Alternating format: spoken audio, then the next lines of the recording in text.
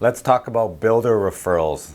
A lot of these coming up because there's strong demand for new homes in our market, and there's often confusion amongst realtors how the process and clients about how the process works when you're working with typically like a larger builder. So up front, the key is protecting your client and also you as the realtor protecting your fee that you're going to be hopefully earning on this, basically what we call builder referrals. So there's some awesome builders in Edmonton that are great to work with, and they work with the realtor community super well and positively. Happy to pay commissions and have you bring your clients. Unfortunately, there's a lot of other builders who are not so savvy and sometimes are not very cooperative with the real estate community, and unfortunately there's some instances that they're like actively trying to screw you basically as the realtor and scoop your client. So let's talk about the few steps of how to ensure you get paid and your client's protected. So first and foremost, when you meet with your buyer, you got to talk about what the process looks like if they go buy a new home or go to a show home on a weekend without you.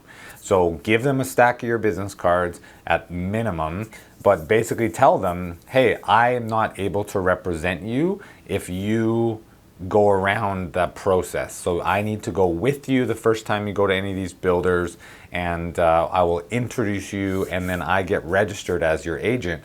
The benefit to you, Mr. or Mrs. Buyer, is that then I can be with you through the process and make sure that you're protected. One, make sure you don't overpay. Make sure any changes or upgrades you do, you're not getting charged like an excess premium. You can provide comparables, all that kind of thing. And then you can also advise them on terms and timing and process, right? Like most builders are cooperative that way, but unfortunately, like I said, there's some that'll kind of try to scoop your client and then just take them and run with it. And then it's, if you haven't registered that client up front, many builders will not pay you a commission.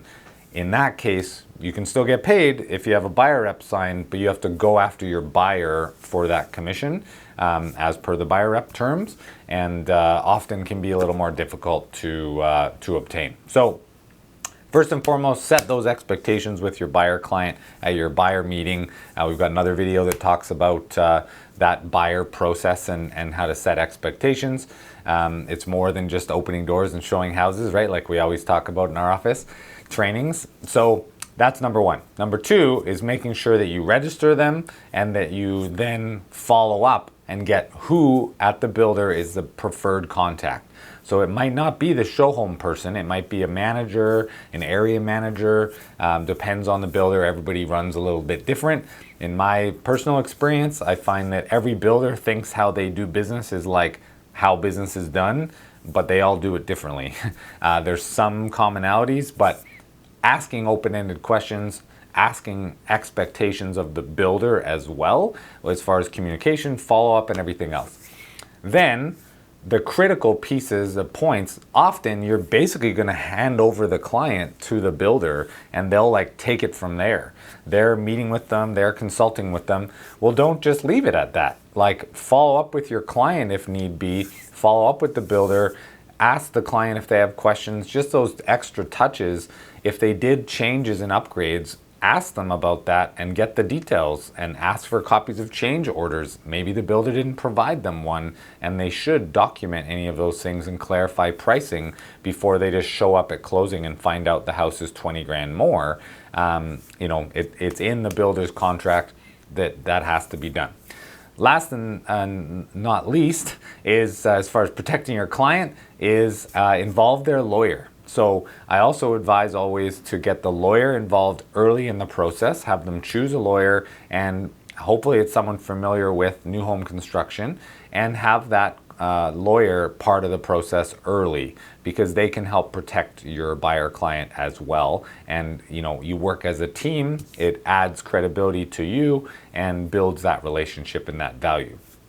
So what happens after the deal is done? Your buyer's now bought this new home, it's under construction, it's going to be built at some future date. So some builders offer half of the commission or portion of commission payable when the deal goes firm. And so you would invoice when that happens. So you'd submit the deal to the office.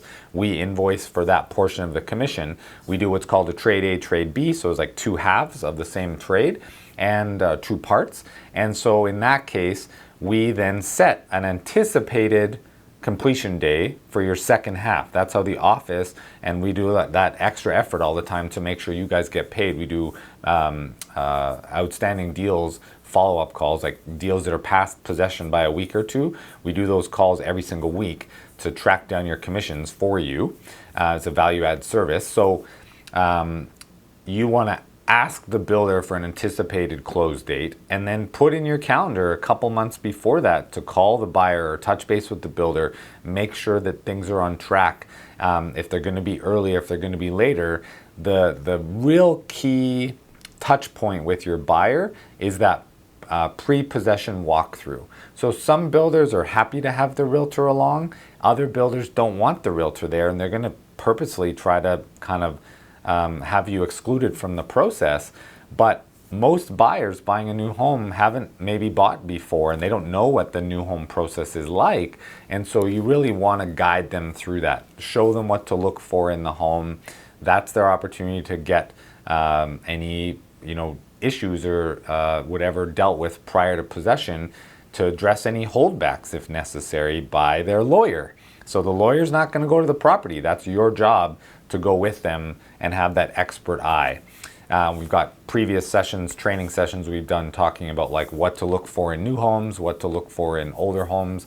So you can watch those ones as well, or attend a future one, and then future workshop. And then last but not least is you getting paid. So we've had a few deals where the builder doesn't tell us that the deal's closed, and they just wait for us to invoice them, even though it's in their system as an outstanding payable. So you gotta, again, that's the point of following up with your client also, is to ensure that you get paid in a timely manner. And as far as protecting your commission, the two most important things to remember with a builder referral: most builder referrals will have you getting invoiced. We just invoice the builder and it's payable after the possession date. Usually have a number of days, 7 days, 30 days, whatever their accounts payable process time is.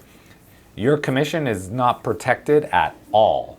You have zero protection of your commission in those situations. So if the deal's closed already, we can't go caveat a property or other than the subject property, because we don't have a contractual obligation with that builder to lien. We would have to sue them for the commission if they chose not to pay you.